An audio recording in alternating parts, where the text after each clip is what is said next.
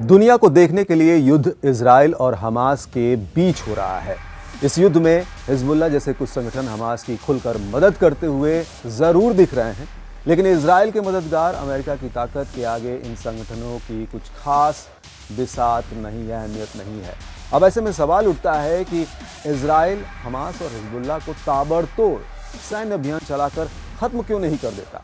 जो बात इजरायली प्रधानमंत्री बेंजामिन नेतन्याहू कहते हैं कि वो हमास और हिजबुल्लाह को खत्म करके ही मानेंगे, उससे पहले युद्ध नहीं रुकेगा। तो आखिर क्यों इजराइल अपने मंसूबे पूरे नहीं कर पा रहा है? तो उसकी वजह है ईरान, क्योंकि इसके पीछे मजबूती से खड़ा है ईरान। हेलो दोस्तों, मैं हूं अरविंद योगराज। कड़क खबरों की कड़ी में बात इसी ईरान की, उसकी आज की स्थिति की। जो इस युद्ध को देख समझ रहे हैं उनको साफ साफ दिख रहा है कि जिस तरह से इजराइल अमेरिका के बूते मनमानी कर रहा है, उसी तरह हमास और हिजबुल्लाह के पास ईरान की ताकत है। जानकार लोग तो इजराइल और हमास के बीच चल रहे युद्ध को सीधे अमेरिका और ईरान के बीच इनडायरेक्ट युद्ध यानी प्रॉक्सी वॉर कहते हैं। देखिए, कहीं ना कहीं हकीकत भी यही है, क्योंकि इजराइल युद्ध में जिन हथियारों और संसाधनों का इस्तेमाल कर रहा है उसे वो अब अमेरिका ही दे रहा है और देता आ रहा है। यानी क्लियर है कि इजराइल जो कर रहा है अमेरिका उससे सहमत है। इसी तरह हमास और हिजबुल्लाह को हथियार से लेकर अन्य चीज़ों की मदद ईरान से मिलती है। अमेरिका और ईरान पुराने दुश्मन हैं और ये दोनों सीधे युद्ध न लड़कर इजराइल और हमास हिजबुल्लाह के जरिए एक दूसरे की ताकत टटोल रहे हैं, एक दूसरे की सैन्य क्षमता और हथियारों की थाह ले रहे हैं। दरअसल अमेरिका और ईरान की पुरानी दुश्मनी है और ऐसे में ईरान के सर्वोच्च नेता हमेशा से अमेरिका के निशाने पर रहे हैं। अमेरिका पर ईरानी नेताओं के साथ साजिश करने और उनकी हत्या करने के आरोप लगते रहे हैं। खैर, फिलहाल की बात करें तो इस समय ईरान के सर्वोच्च नेता अयातुल्लाह अली खामेनेई गंभीर रूप से बीमार हैं।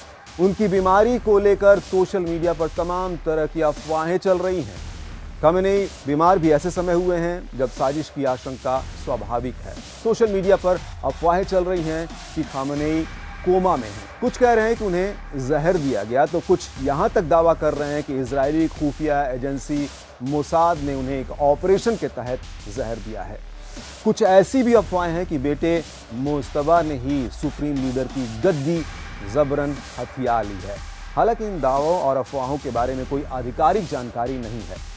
अब देखिए, जिस पद पर बैठे शख्स के बीमार होने पर इतनी तरह की बातें हो रही हों, उससे उस पद और उस पर बैठे शख्स की ताकत का अंदाजा लगा सकते हैं। अब जरा सुप्रीम लीडर के पद और ताकत को भी समझ लेते हैं। ईरान अपने आप में मिडिल ईस्ट एशिया, मध्य पूर्व एशिया का ताकतवर देश है।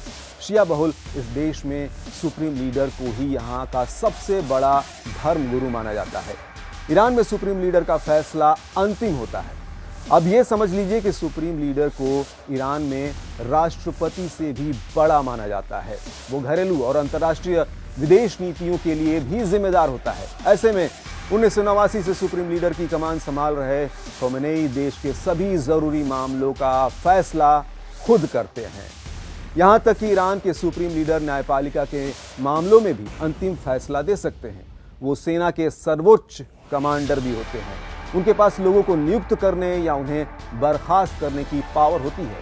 कोई भी सुप्रीम लीडर किसी को भी अपना उत्तराधिकारी बना सकता है और इसी बीच ये दावा किया जा रहा है कि खामेनेई ने अपने दूसरे बेटे मुस्तबा खामेनेई को अपना उत्तराधिकारी नियुक्त किया है।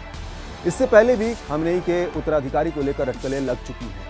हालांकि पहले ऐसी खबरें थी कि खामेनेई अपने बेटे को उत्तराधिकारी नहीं बनाएंगे क्योंकि वो देश में वंशानुगत सिस्टम को आगे नहीं बढ़ाना चाहते हैं। सुप्रीम लीडर की दौड़ में सबसे आगे रहे राष्ट्रपति इब्राहिम रईसी की मौत के बाद ये कहा जाने लगा था कि मुस्तबा के लिए आगे की राह आसान हो गई है।